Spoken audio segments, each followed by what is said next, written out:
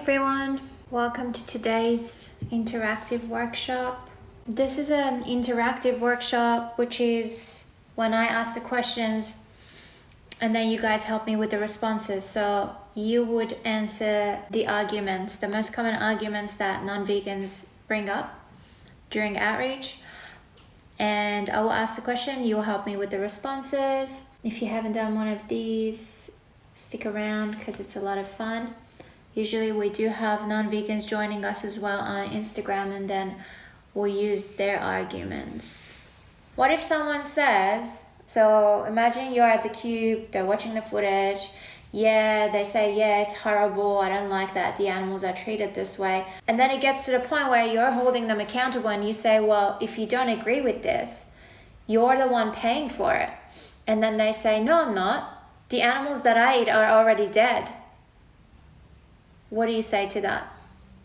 The animal is obviously already dead, chopped up and packaged because there is a demand for it. Every time you go and buy a dead body or body parts or what comes out of an animal's body like dairy products, every time you buy that one product, you're creating demand for it.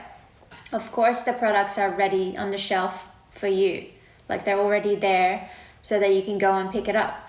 But every time you walk away, they have to replace that. So every time you buy these products, you're paying for that company to pay a slaughterhouse worker to kill an animal on your behalf. It's pretty straightforward, and that's how supply and demand works.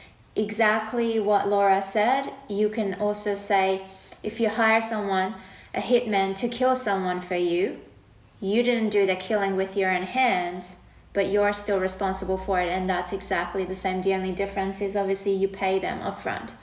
But every time you go to the supermarket and you buy an animal product, that's exactly what you're doing. You're paying someone else to do the dirty work for you. So that's basically the response. Pretty easy and straightforward. Okay, I'll use this question. If someone said to you that their body couldn't process any vitamin or mineral, any nutrients that they were supplementing, and they said that they could only get it from an animal source, how do you respond to that? It's a myth, it's an excuse for not trying very hard. I would say not even very hard. It's just an excuse for not trying, because you don't have to try hard. We know that. I love this one. Even if you can't get all your vitamins, does it justify a Holocaust? Beautiful.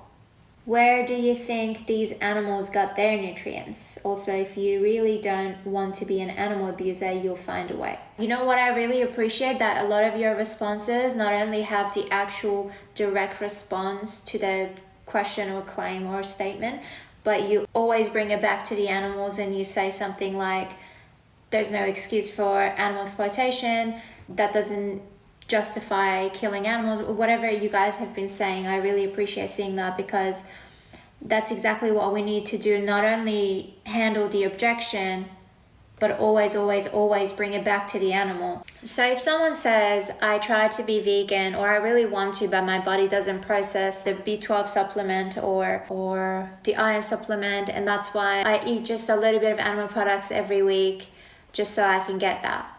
Exactly what many of you said. The first thing would be, where do you think the animals that you eat get their nutrients and vitamins from? Let them think, use their brain, give them some space, and then the other bit of information you can give them is, specifically with B12, we know that this is happening. The majority of the B12 supplements are actually sold to animal agriculture. So they're directly being sold to these places so that they can inject the animals with B12. I would give them this information, and then I would say, wouldn't it be better to directly go to the pharmacy and get that B12 injection or tablet or spray, whatever it might be, just get it directly instead of going through an animal and filtering those nutrients or vitamins through their flesh. Doesn't it make more sense to just go directly to the pharmacy and get that instead? That's another thing you could say. And then usually people say that my doctor said because they want to sound more legit. So they say, my doctor said that I needed to eat a little bit of fish for this, and a little bit of milk for that, and a little bit of egg for that. So they will always try to back it up by saying, my doctor said so. And it's good to remind them that doctors, like general practitioners, they don't get that much education on nutrition and diet. So they're not the best people to consult when it comes to your diet.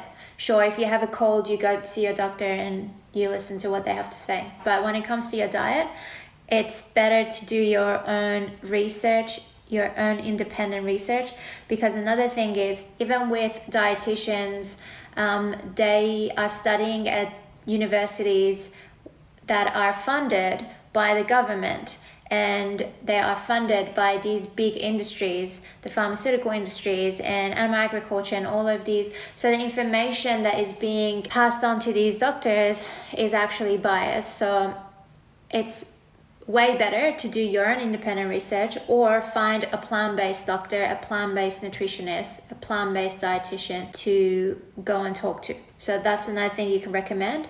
And you can tell them how all of this information that is found online, or we've always heard on the news, in ads, etc. There is a reason why these things have been taught to us, and the reason is because everyone's making money off it, the government and those big industries. And that's why they want us to continue to believe that you need cow's milk for calcium, or you need animal flesh for protein and iron. They want us to continue to believe that so that they can keep making money of these innocent animals. And so you need to really stop looking at that kind of information that is biased and go do your own independent research. Once you're convinced that veganism is the right thing to do, you'll find a way. So you'll figure out how to do it. The most important thing is to decide that you don't want to be a part of this injustice anymore, and then you will figure out how to do it. So you'll do your research, you'll try different things. Sure, it may be possible that your body doesn't absorb a certain kind of iron or B12. There is an unlimited number of different kinds of supplements that you could try. They come in different forms, etc. So you could try that. And also the fact that not every single vegan needs to be on a supplement. So it really comes down to how you're eating and your diet. Many vegans go vegan and for years they don't take any supplements, or even B12, which is the most common. So it really comes down to your diet, how you eat and how you look after yourself. You may not even need those supplements, and you may be getting it from the food that you're eating. So you can say all of those things to them. So when it comes to any nutrition related question, this is basically the information that you need to say. You started by talking about the animals, you give them the information in the middle, and then you ended by bringing it back to the animal. So it's like a sandwich. So you start by the animals, you ask them the question first, where do you think the animals are getting these vitamins from? You give them the information, and then you bring it back to the animals and the fact that if you want to be vegan, you'll find a way. And that's it. Okay, let's use this one. When people say, but I like meat. So if you're outreaching someone and they say, I don't like what I'm seeing, I don't like that the animals are being treated this way, but I like meat, I love cheese, I could never give up cheese. How many times have we heard that? So how do you deal with that? How do you respond to that one? The first thing is asking the question, just because you take pleasure from something, does that justify it? Does that make it okay? 5-10 minutes of palate pleasure, does that justify an animal being tortured, raped and murdered? Putting yourself in the victim's position, again, asking them, would you be willing to be put in the same position just because somebody took pleasure from raping you, torturing you and taking your life? I know that some of you said there are plenty of vegan options now, alternatives, all of that. That is something that should be mentioned later on, again, because one, you need to be convinced why you should be vegan, and two, you will figure out how to be vegan. So, and the how is not really something we focus on with AV. Like when we do the Q is really the why that we like to focus on, and the how is something that we give them the information to take home. They can check out the website, we give them the card. Everyone has a phone in their pocket these days, so they can look it up. If somebody really wants to do something, they'll find a way. So they'll find that information. But yeah, there's nothing wrong with mentioning that there are products that don't involve rape and torture. There's vegan cheese, vegan burgers, all of that.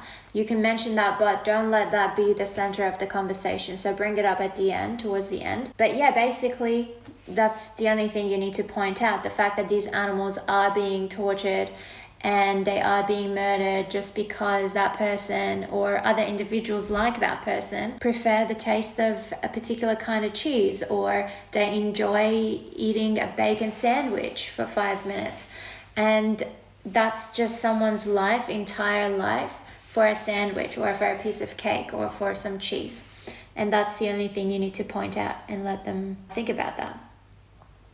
This is an injustice to the animals. Would you say that about any other injustice? Exactly. Ask them, if you were looking at a different injustice, would you then be hesitant to take that step because you took pleasure from that injustice, whatever that could be?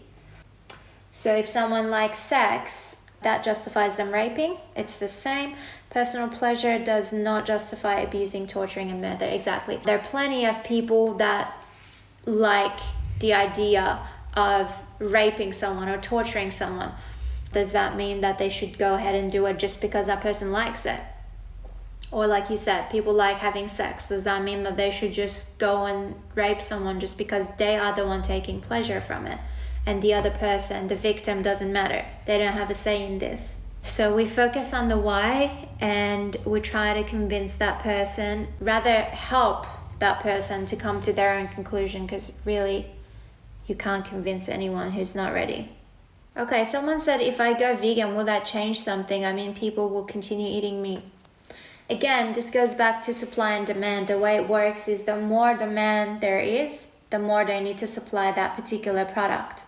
So the more people buy animal products, the more that supermarket or that restaurant, those companies will continue to produce those products. You might think that I'm just one individual, but that's exactly how you create change in the world. When it comes to every other injustice or every other issue, that's the mindset that people have. Every single person counts. You have the power to change the world simply by making different choices. So every time you go and buy a product at the supermarket, if you pick a vegan product instead of an animal product, you're creating demand for that. And then more people are doing the same thing, and that's exactly how you lower the demand for these products. So yes, it does matter, and you should go vegan. What would you recommend to someone who wants to become an animal rights activist? Just do activism in whatever form that you feel comfortable. If you have just decided that you want to be an activist, or you've recently gone vegan, try to figure out what kind of activism suits you best. If you want to participate at the Cube, you can check out our website, cubeoftruth.com. You can see if there are chapters around you, and you can simply attend when you can. You can stand in the Cube, you can do outreach. If there are no cubes and you want to start your own chapter, you can send us an email to join@anonymousforthevoiceless.org. You can set up your own chapter and do the Cube. If you want to do activism online, I recommend that you just create videos, post, engage in conversations about veganism in the comment section. When there are non-vegans using these arguments against veganism, you can go in and you can respond to them, basically practicing your outreach. And I think that's the best way to be active, just outreaching and educating people. All right, thank you so much for everyone who joined me today. Take care, everyone. Thanks for joining. Much love.